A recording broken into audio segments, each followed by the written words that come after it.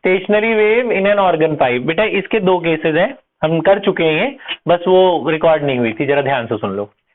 पहला है open organ pipe, दूसरा closed eight one and. Open organ pipe का मतलब जैसे आपको बताया था बांसुरी, क्लोज्ड ऑर्गन पाइप का मतलब जैसे कैप में बजाते हैं, एक तरफ बंद रहती है एक तरफ खुली रहती है ना। तो यहां से एक वेव हमने ट्रैवलिंग वेव सेंड करी, तो ट्रैवलिंग वेव की क्या इक्वेशन होती है, y is equals to a sin omega t minus k x. Now this wave is travelling along x axis, तो ये आएगा। Another wave is sent along negative x axis from the other open end. अच्छा, ये वाले and को हम मान के चल रहे हैं x इक्वल टू 0, ये वाले एंड को मान चल रहे हैं x इक्वल टू l। इस पाइप की लेंथ है l, यहां से एक वेव भेजी गई, एक वहां से भेजी गई, तो जो वहां से वेव भेजी गई उसकी इक्वेशन क्या होगी बताओ, y is equal to a sin omega t plus के एक्स हो जाएगा ना। वहां से जो वेव आएगी that is travelling along negative x axis, तो बस यही नेगेटिव लगाओगे, यहां नहीं लगाओगे। यहां कब लगाओगे, अगर ये वेव जाके उधर से रिफ्लेक्ट करके वापस आती, याद है, अगर यही सेम वेव जाती वहां से टकरा के वापस आती तो यहाँ भी साइन चेंज होता, यहाँ भी, क्योंकि से उसकी डायरेक्शन चेंज हो गई और एक्स की भी डायरेक्शन चेंज हो गई। अभी यहाँ पे सिर्फ एक्स की डायरेक्शन चेंज होगी, इसकी नहीं होगी। नाउ आफ्टर सुपरपोजिशन, ये यहां से एक वेव गई, एक वहां से वेव आई, दोनों वेव आपस में टकराई, टकराने के बाद दोनों कोइंसाइड हुए, तो after superposition the resultant displacement would be y is equal to y1 plus y2, y is equal to y1 plus y2।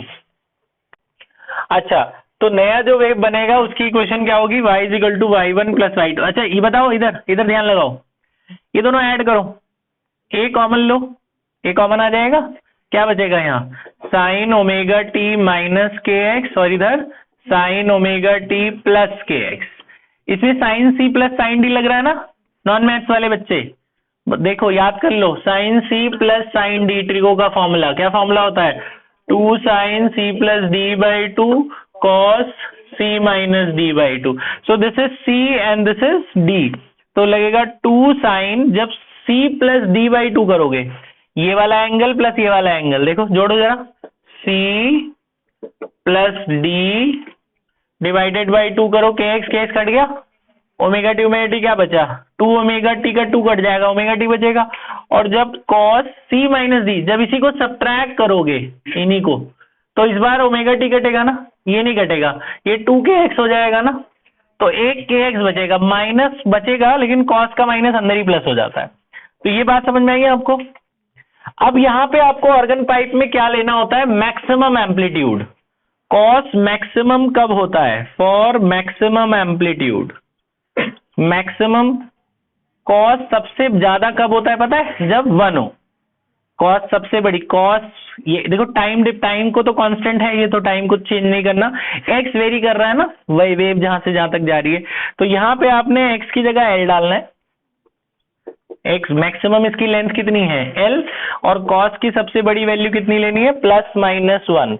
तो यहाँ पे आपको याद रखना है कॉस सबसे बड़ा कब होता है, कितने एंगल पे, थीटा इक्वल टू एन पाई पे, मतलब 0 पाई 1 पाई 2 पाई 3 पाई सब जगह। तो कॉस 1 कब होता है, जब एंगल कितने के बराबर हो, एन पाई। तो ये है ना एंगल, तो के एल इक्वल टू क्या लिखते हैं, एन पाई। के क्या होता है, 2 पाई बाई लैम्डा, याद है, ये दिख रहा है, के होगा 2 pi by lambda is equal to n pi, pi से पाई कट गया, यहाँ से लैम्डा निकाल लेते हैं ना, लैम्डा कितना आएगा, 2l डिवाइडेड बाय एन। हम किसकी डेरिवेशन कर रहे हैं, फ्रीक्वेंसी की। फिर ये फॉर्मूला लगाते हैं, v इज इक्वल्स टू क्या होता है, न्यू लैम्डा, ये लैम्डा इसमें पुट कर दो, लैम्डा की वैल्यू कितनी है, 2l अपॉन n, है ना। यहाँ से फ्रीक्वेंसी निकाल लो, फ्रीक्वेंसी की वैल्यू कितनी आई, nv by 2l। So this is the formula of general frequency, है ना, for the organ pipe open at both the ends. फिर इसके 3 केसेस दिखाने होते हैं, याद है, case 1 for n equals to 1, जो फर्स्ट फ्रीक्वेंसी होती है इसे कौन सी फ्रीक्वेंसी कहते हैं, फंडामेंटल फ्रीक्वेंसी। फंडामेंटल फ्रीक्वेंसी कितनी आएगी, 1v बाई 2l।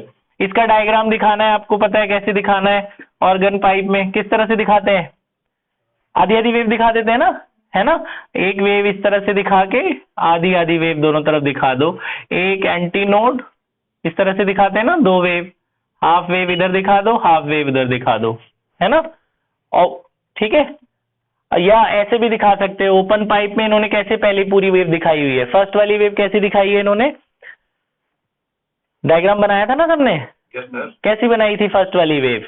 यही बनाई थी ना, हाफ हाफ वेव। तो आप ये जरा ढंग से दिखा देना, ऐसे आदि ये इस तरह से दिखा के, ये दोनों पाइप के ना मतलब लेंथ को इक्वल दिखा देना। इसे क्या बोलते हैं? नोड।